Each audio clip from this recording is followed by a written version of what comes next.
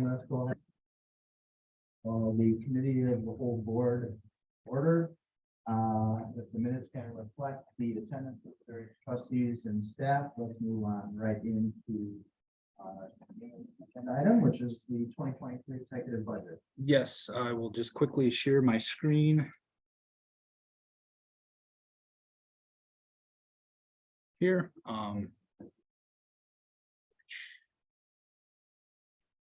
should be.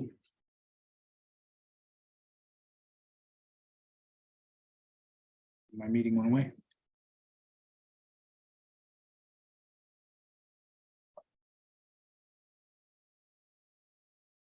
There we go.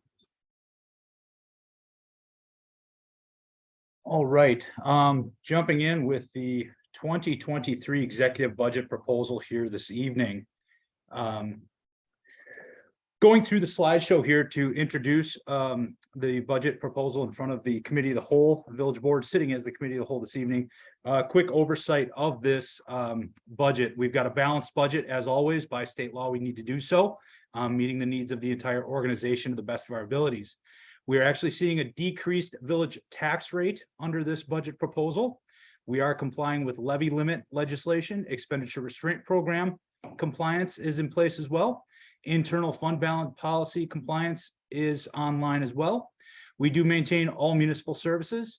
With the proposal this evening, we are looking at addressing just over 3 miles of roads with regards to improvement, replacement, and rehabilitation. We are proposing borrowing as part of that annual road program, which I will touch on later in my presentation. And along with that, responsible debt management is also wrapped into this budget proposal. Just some quick overview of some tax levy data with regards to, and rate and associated tax rate data with regards to this budget. We're showing an increased tax levy by about 2.86%. That is our net new construction tax levy adjustment, up to about $8.6 million. The village tax rate would actually fall by about 3 cents per 1,000 of value to $5.99. To give kind of an apples to apples comparison with recent coverage in the media about the school district tax rate falling. The school district utilizes an equalized tax rate. The village utilizes an assessed tax rate. However, we are able to calculate our equalized tax rate. For the 2023 budget proposal, we are looking at a drop of about 54 cents to our equalized tax rate to a level of $5.33 per $1,000 of property value. With that, our assessed equalized ratio, based upon all of this information, I should kind of qualify that we are based upon assessors data. We do not have final manufacturing values from the state of Wisconsin, but we do feel very confident in what we are presenting here this evening with regards to that ending the data on this slide as a whole. We do see a decrease in our assessed to equalized ratio. This obviously is an issue, but we would look to address that with a market rate adjustment from our assessor in the coming year. Off to the left-hand side of the slide, you can see how the consumer price index, the blue line, which is kind of a benchmark for expenditures, especially the expenditure restraint program, has outpaced our primary revenue source being tax levy many years in a row. The two anomalies, if you will, would be 2021, where we closed tax incremental financing district number 2. And then last year with the budget where we utilized the unused tax levy carried forward adjustment, whereby we were just able to edge out the consumer price index inflationary figure with our revenues. That said, you can see CPI has consistently outpaced our ability to raise our primary revenue being tax levy. What does that mean to an average homeowner? Kind of a year-to-year look at village property tax. Now, again, this is just the village portion and not the schools, state or county, or tech school.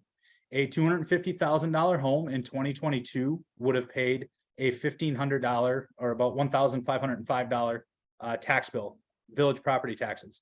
In 2023, under our current budget proposal as it sits before you this evening, that would drop by about $7.50 to about $1,498, we'll call it, with the village's portion of the property tax bill. This pairs nicely again with the anticipated drop from the school district taxing entity, and as I recall, reported a potential drop at the county level taxing entity as well. So all of this pairs well for future tax bills. Taking a look at a pretty high level with regards to expenditures throughout the executive budget proposal. We are looking at a 16.5% increase in overall expenditures. However, the qualifier there is that ARPA funded projects and the road program project expenditures account for the vast majority of that expenditure increase. Other areas throughout the budget are seeing increases primarily due to costs of goods and services, wages and benefits, and then things like insurance premiums that are outside of the village's control. That said, the general fund is up about 5.2%. Special revenue funds, you see that percentage there that frankly looks a bit gaudy, but please keep in mind that we actually created multiple new special revenue funds for tracking federal ARPA dollars, Ozaukee County ARPA dollars that we receive for fire and EMS. The Canine Fund was created to show the inflow and outflow of Canine Foundation dollars.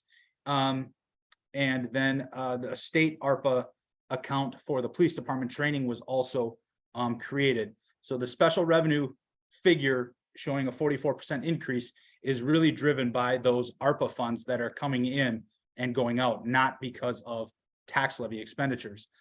Debt service increases slightly because of TID number 4 debt, the way that is structured, where principal payments inch up over time. So that is tax incremental financing related debt. That is not general obligation debt. The utility is up a bit, and capital funds are up. Again, that percentage looks a bit higher than usual. That is because we are looking at borrowing for a road program, which I will touch on again a bit in greater detail further on in my presentation. Drilling down a little bit with regards to those planned expenditures across those program areas. Within the general fund, we're looking at adding an assistant building inspector to the ranks of the community development department. Currently, we have 1 building inspector and 3 contractors. We would actually move away from the 3 contractors due to availability concerns that we have with them, and we would look to bring on board an assistant building inspector who would serve under Jim Michek, our current building inspector. Increased cost of goods and services, as I mentioned. We are also looking at 2 significant projects that would be falling under the general fund umbrella. An impact fee study. Over the course of the last couple of decades, we have had impact fees in place to offset the construction of the public works building, offset the construction of the police department addition, as well as park and recreation funds. That being said, there are legal challenges out there, and we want to be proactive in taking a look at what our impact fees are, how they're calculated, and whether or not they are up to snuff with recent case law. I think this is a very necessary project because we do see a lot of development, or are seeing a lot of development here in Grafton. Those impact fees are being paid by private developers, and we need to make sure, I believe, as a municipality, ensure that we can hand a document over that sets forth what the impact fees are and how they're calculated and justified. The special revenue funds, as I mentioned, there's new accounts there, primarily grant or donation funded expenditures. However, that expenditure increase is still reported as part of the budget.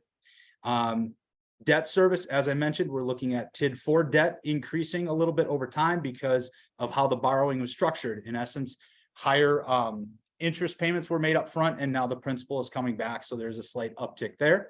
And per accounting rules, we have to show a 2023 proposed borrowing in the budget. It does not lock us into actually borrowing funds, but it does need to be accounted for as part of the budget. Any borrowing package would have to come back and be reviewed and approved by the village board. The utilities, really we're seeing the uptick there based upon compliance measures, phosphorus regulations handed down through the DNR that we need to address. Additional televising, again, that ties back to the DNR, and then just staffing. Capital improvement funds, as I mentioned, that proposed borrowing.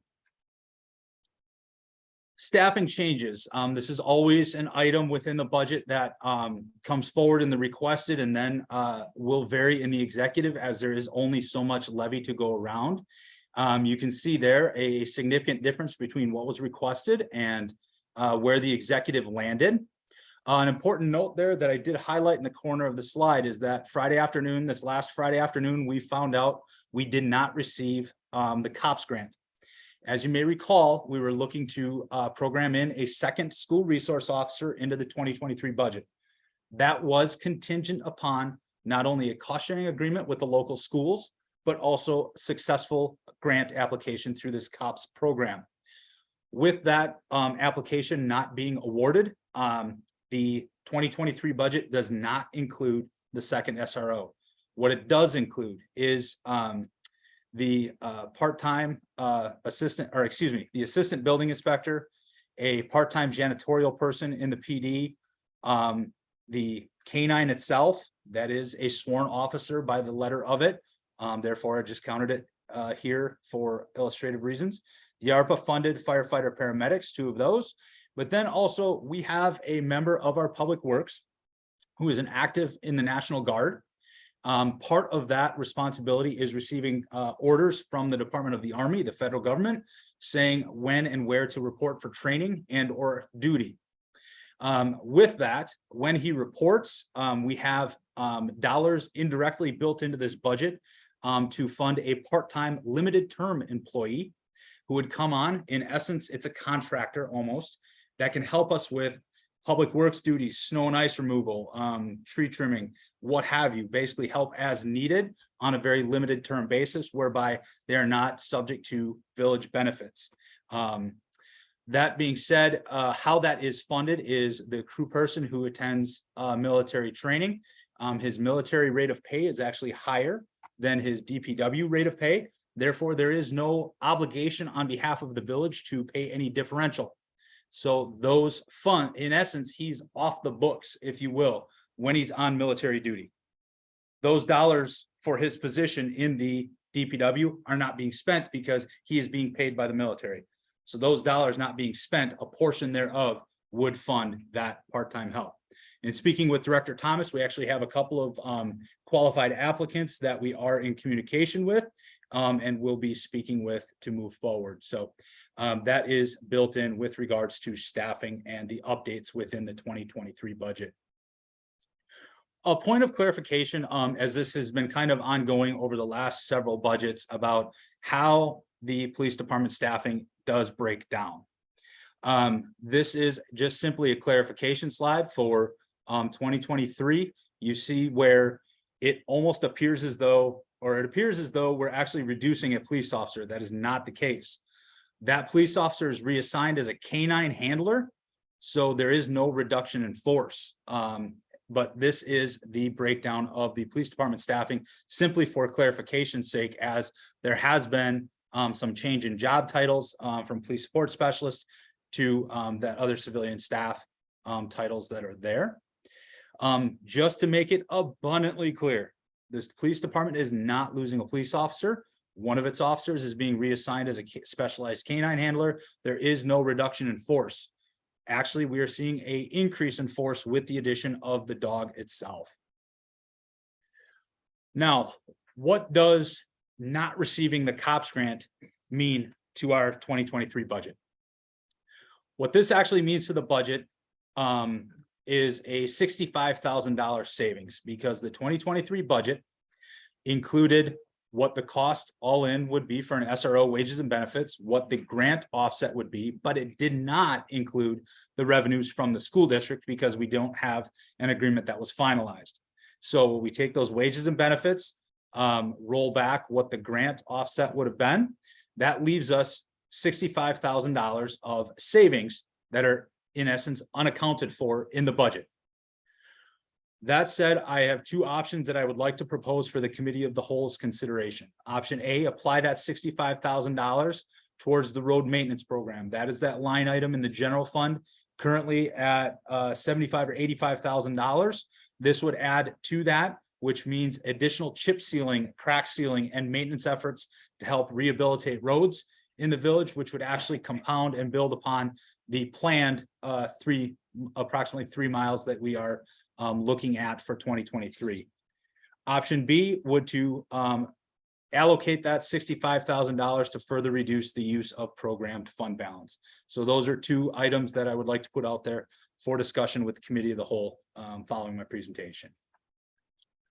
Taking a quick peek at the special revenue funds, all of these are funded in accord with historical values and contributions. That said, the library fund is up a bit based upon some capital projects.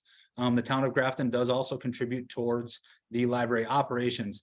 The library fund is a bit unique in this area in that that is set by a state law formula, or a formula set forth in state law. However, that said, pretty historical and consistent funding within the special revenue funds. Additional special revenue funds created for the 2023 budget, just to be clear what these are and what they're used for. The American Rescue Plan Act, ARPA. This accounts for the federal funds received by the Village of Grafton that we have identified projects for the previous year as well as next year, and I'll touch on those in just a second. The Canine Fund, this being utilized to set forth the inflow and outflow of Canine Foundation dollars. It should be noted, this special revenue fund does show some property tax levy in it. All that is taking it, the number for the officer from the general fund and placing it in the Canine Fund as they're reassigned as the handler to make it abundantly clear what the all-in cost of the canine operation, what the canine unit would be. So it just is for clarification's sake. It is not any additional levy going there. It is simply moving the officer for accounting reasons from the general fund into that Canine Fund, again, to fully and completely illustrate what the canine unit would cost to operate. Ozaukee County ARPA dollars for the fire and EMS staffing, and then state ARPA dollars for the police training. This does track the receipt of state police training purposes for 2022 only. No additional funds are anticipated there, but for accounting reasons, we did need to show that and account for that. A quick review of where we sit today with approved 2023 ARPA projects. A contribution towards the Vets Park Pavilion, should it be needed. We will be actively pursuing donations and grants. That said, ARPA dollars were set aside for that. A 1-yard dump truck for the Public Works Building. Audio-visual equipment in the Village Hall and Municipal Services Facility, or DPW, conference rooms. The Fire Department kitchen and alarm panel project, and the PD locker room upgrades. While these have been identified, it is important to note that all ARPA projects do require Village Board action prior to commencement. So these are identified right now today. That is not saying these can't change. Switching gears a bit into our proprietary funds, our utilities, the water and wastewater. We have revenues over expenditures. We are realizing a net operating income in both areas. It's important, and that is actually a good indicator, as our proprietary funds, in essence, are handled similar to a business. The net operating income is showing that we are operating above and beyond our expenses with the earned revenues. Capital projects, I will not go through the entire list here, but this is an inclusive list of what we're looking at. Some of the highlights include $1.36 million of road replacement program. That is the borrowing that I've been speaking about. Sidewalk program, fully funded, continuation of the flock camera system program, and then other equipment purchases. The lease program in the police department does continue in the amount of $72,800. That will bring us to 6 marked and 2 unmarked for our total leased fleet following the new squads coming online. The fire department, we're funding SCBA's door access system and industrial washer, and then projects within the water wastewater utility, control panel consolidation project at the plant, water and sewer main rehabilitation, continuation of the meter program, and lift station rehab, and then replacement equipment. Debt service, where we sit today, the tax rate for debt service alone would be 12 cents per $1,000 value. That's actually down from the previous year. Our debt capacity continues to trend downward as the debt, as we continue to pay our bills. The overall debt service expense programmed into the budget is about $3.6 million. Tax levy applied to that debt service is in the neighborhood of $200,000. The differential there is because our debt is a combination of tax levy supported, tax incremental financing district supported, and utility supported. That said, with all of our existing debt, we always rely on Ellers for an annual review, whether or not refinancing is an option with regards to how that debt is structured and whether or not payments can be lowered. So in this discussion of debt service, and I've been mentioning a couple of times throughout the course of my presentation, why I'm looking at proposing to borrow for the 2023 road program, and I feel it is advantageous at this time.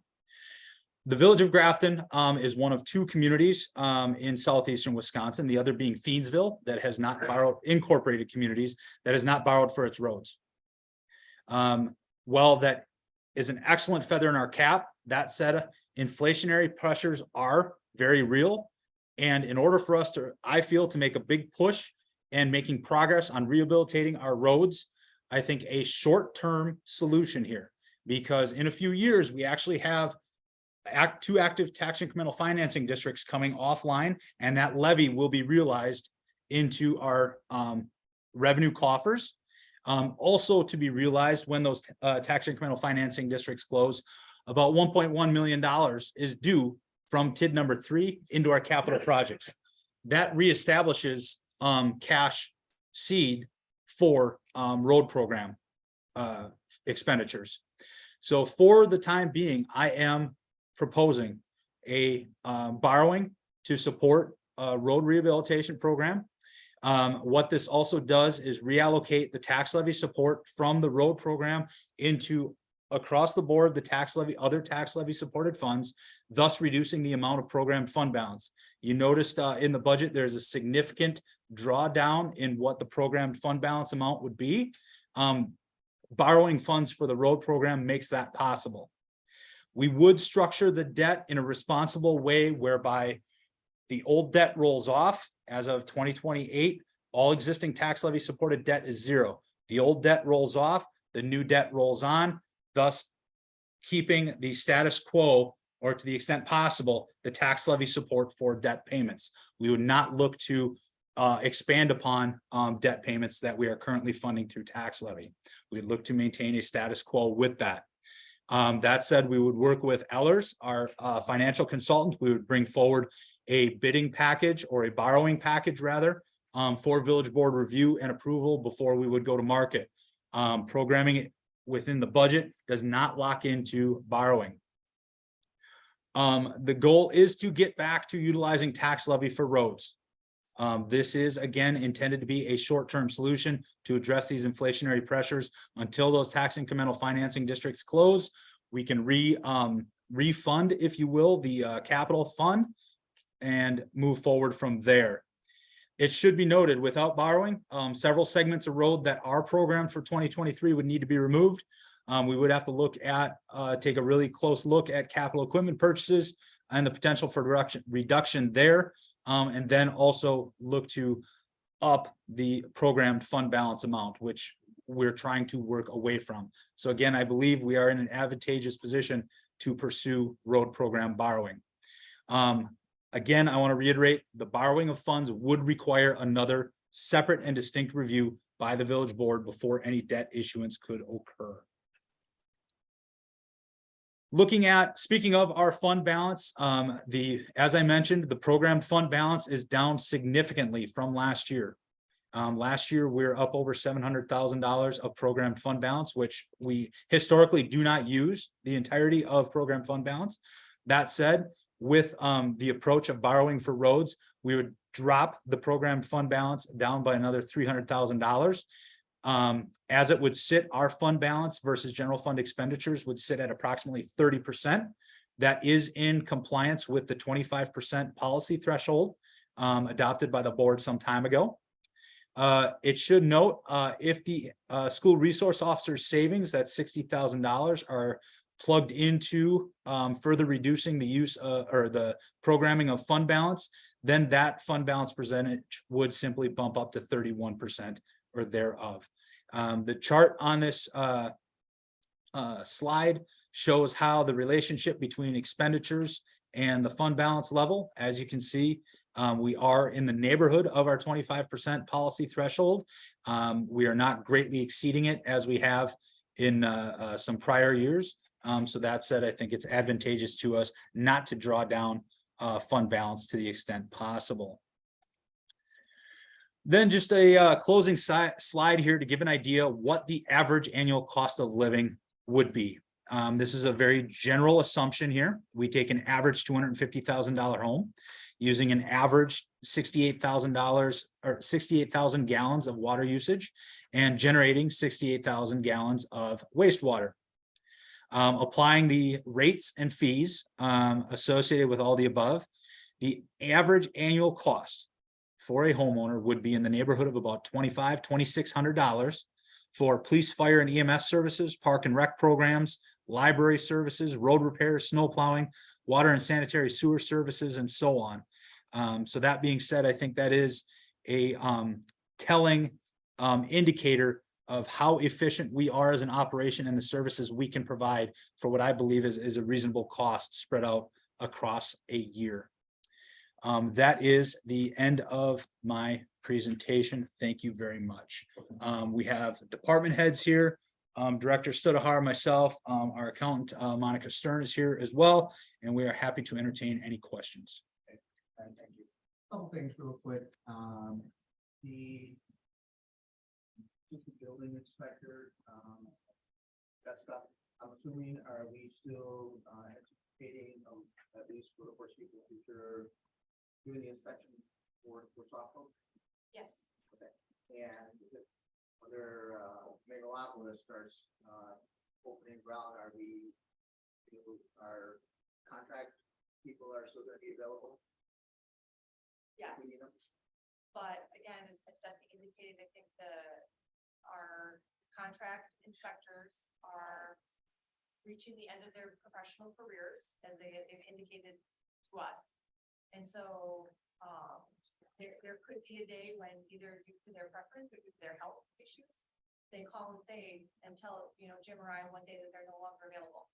So one of the reasons why I'm requesting a assistant building inspector is to, as Jesse indicated, transition away from consultant inspectors and having that in-house.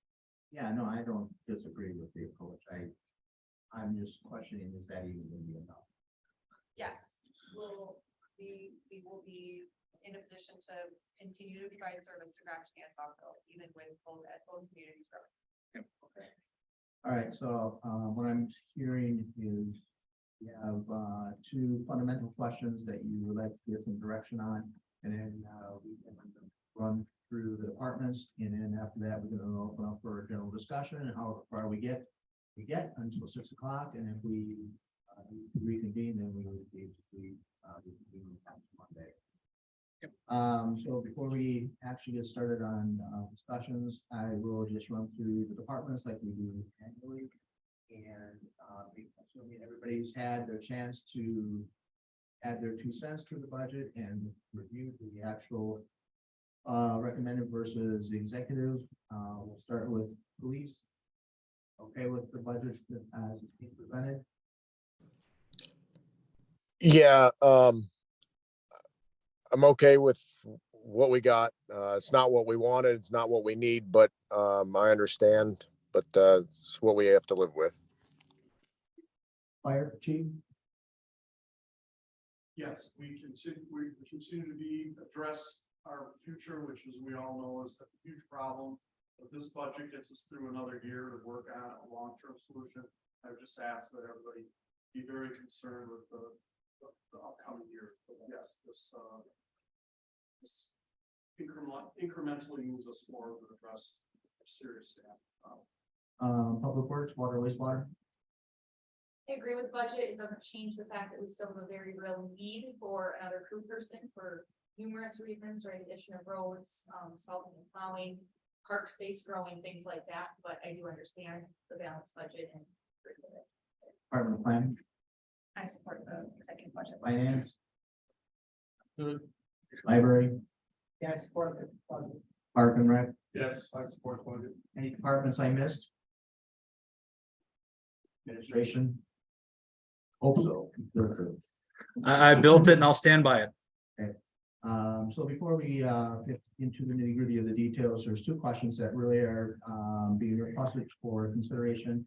And that one, two of them, the first one is what to do with the $55,000 in unallocated dollars from the second SRO, which was either to put against fund balance or to put to Road maintenance, yep. road maintenance. As far as that goes, you're talking 3 miles. This would be in addition to that.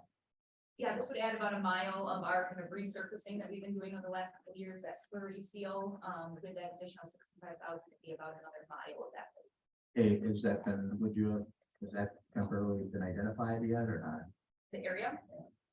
Yeah, the part that was budgeted, we had 85,000 already budgeted in the budget. That was for the Falls Crossing neighborhood at Falls and Port. And then starting the neighborhood west of Coit, then gonna be working our way east through the village. This would get us the remainder, so all of the neighborhoods west of Coit, and then move us into a decent amount of neighborhoods in the area just east of Coit. And in the 3 miles, what do you have currently scheduled under capital for 2023? For reconstruction. Yeah, So the remaining neighborhood that was done this year along the east side of the river, 17th Avenue, and a couple of the courts in there. And then the Prairie Run neighborhood, we've been talking about for a number of years, as well as Cedar Drive. all right, so let's open it up for those discussion first. Those two discussion points first, because those are have more of a strategic direction on the budget. So first off, thoughts on applying the 65K to either fund balance or to road improvements. Feedback from the board, yes, sir. I'd like to offer maybe an option C. And take that $65,000 and allocate it to the fire department for the third employee that they were looking for, that the county had already offered ARPA funds to us. So what's that? I just want to get the backstory on it. Sure. I don't know all of it. Right, so we were applying for 3. We wanted to get 3 through the county's ARPA program. We got 2. Yeah. That being said, that's not to say we can't reapply for additional funding. Should we either consolidate as a larger group or simply consolidate with Saukville to increase that grant allocation? I would have concerns. $65,000 will not get us a person.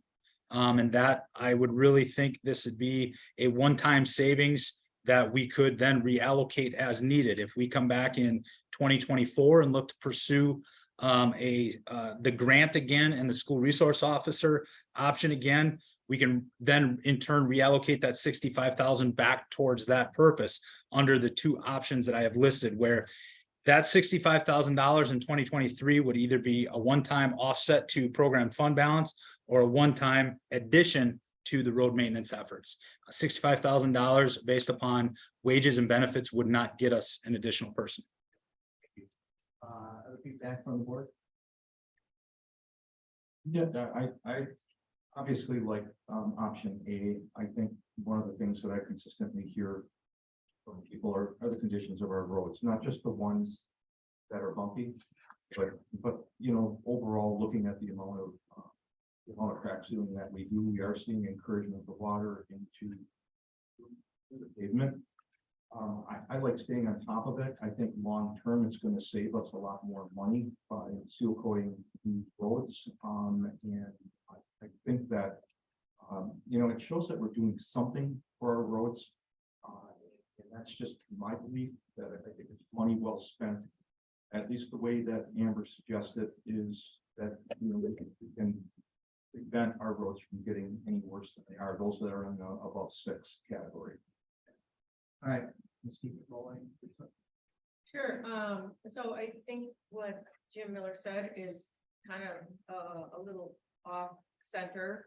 I think that is a project that we could possibly do, not necessarily using this money. I agree that if these are only two choices, and I don't think they are, we could think of some others, I would go towards the road maintenance. But the other thing is, we were looking originally to fund part of the SRO in the future, coming out of the fund balance. As I recall, that was a conversation of, we can pay for that person in year 4 or 5 or whatever through fund balance. And the fund balance really should be used as a one-time thing. Correct. One-time thing, no personnel, projects that Correct. need to be completed. Mhm. So as a separate issue, I would propose that we go into the fund balance. I mean, we have been offered 3 positions by the county for a 3rd paramedic firefighter. I think we should jump on it now and take it as they offered it to us. And later on, in 3 years, first of all, in 3 years, 2 years, we may have a consolidation agreement anyway. So however that's gonna look, whether we get money back from the county because we have so many firefighters that, we don't know what that option is. So they're 2 separate issues. Mhm. I would agree with Jim Miller, and I think we should go back to the county and say, yes, we can take that position. Okay. And I would be fine with using that money for road maintenance. How much more would we need for an additional firefighter? You're saying 65? No. No, Rough idea. I'll be up and have that calculation with you. Yeah, the cost to the village would be $0 for 3 years, up to $300,000. The only question with that 3rd position is the ability to pay for that position after the 3 years. So it's 100% paid unless. Through the ARPA funds, correct, Village would be 35,000, roughly 35 to 40,000, for, above the 65. so about $100,000 all in. If we were to hire our own full-time firefighter, not using ARPA funds. So the long and short of it is, getting back to a point that was raised just before, the notion of utilizing fund balance to offset the SRO portion was because we know these tax incremental financing districts are going to be closing. And we have that cost share agreement that was pending with the school districts at the time. I really do not, I kind of want to stay away from trying to overcommit to what those closing tax incremental financing districts are going to do for us. We could commit all of that levy today. When those close, then there's no revenue, additional revenue we see.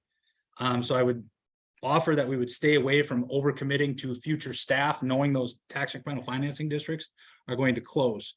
That said, I think with the ARPA funds, getting the 2 fire medics on board, we have our already budgeted 3rd fire medic that is going to be hired shortly. I understand my conversations with chief, that's an addition in force of 3 within our fire department, full-time people. Within the next year or 2, I believe consolidations are going to happen. So I don't think it's advantageous for us to get far out in front of that, because we could end up being on the tail end of some sort of cost sharing agreement if we're bringing a whole lot of resources to a table where other folks that are consolidating with us don't. Well, I just want to finish by saying, I feel like we thought we could fund the police officer for additional few years. I think we should use that money then to fund additional police, fire department, and take up the county's offer to do, we can get 3. I agree with what Amy said. I mean, that's almost $100,000 a year would be not using the SRO money and going to the fire department. We do have to take out the general fund. I would go with the road maintenance, but I really think we need to fund that 3rd firefighter paramedic. Yeah, yes, I appreciate your comments and concerns about committing towards the funds that may be available after we finish those funding. With that said, I would favor throwing the money towards the board. All right, so maybe we do a little bit more research. Clearly, we're not going to get to a decision on that, right? Can do. The other one that we wanted to have some direction on is the board, what is the board's thoughts on a borrowing for road projects? I think at this point in time, and with pressures that we're under, I think it's a good idea. I agree. I agree also. I have a question about that. So, Jesse, you were saying for borrowing, do we know how long we would borrow for? Would it be a one-time project? And what would be the length of the loan? Right now, our initial discussions with Ellers is about a 10-year period, loan period. So that's what we're looking at right now. It can be structured many different ways, and our task, should the concept be approved as part of the budget, our task would be working with Ellers to bring back a borrowing package that is most advantageous to the village. Right now, we have reason to believe where we can structure it in such a manner, where, as I mentioned, the old debt comes off, the new debt comes on, and that levy support stays fairly status quo. And right now, the initial thought would be about a 10-year term on that debt. Do you have an idea as to how much? Right. Is there anything out there as to how much? About 1.4, $1.5 million. Okay, so one time for 10 years or whatever you Yep. come up with. Yep. And then we wouldn't borrow any more after that for roads. Then the plan is to only borrow if we have to. Again, we have to take a look at this again in 2024. But right now, this snapshot we have, I think it will put us in a very good place where it may be a one-time thing. We may have to do it one more year, but that said, I think we can normalize after that.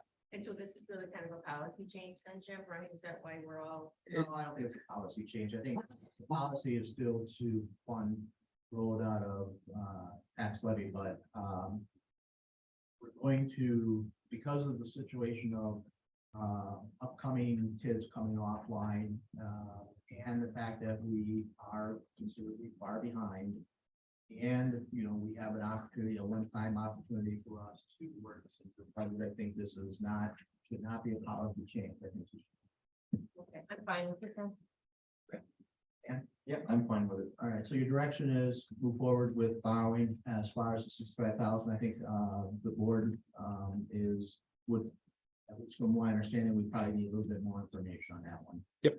All right, so as far as staff goes, we'll reconvene next Monday. Are we looking at 5:15, 5 o'clock? 5:15, 5:30, I guess, is if there's a preference. If 5:15 is too early, we could do 5:30, but 5:15. All right, I, let's do 5:15. Based on feedback from staff, I think the only people that I would like to have for sure back there would be fire. Other than that, I think I'll leave it up to the department heads, their discretion, whether or not they wish to attend. That being said, we'll go ahead and close this portion of the public hearing, and we will reconvene to the general village board in 3 minutes. we would need to adjourn. I need a motion to adjourn, please. Entertain a motion to adjourn. Okay, thank you. Second. Motion a second, all in favor? Aye. Aye. Any opposed? That motion passes. Any questions you have, get them to Jesse this week, so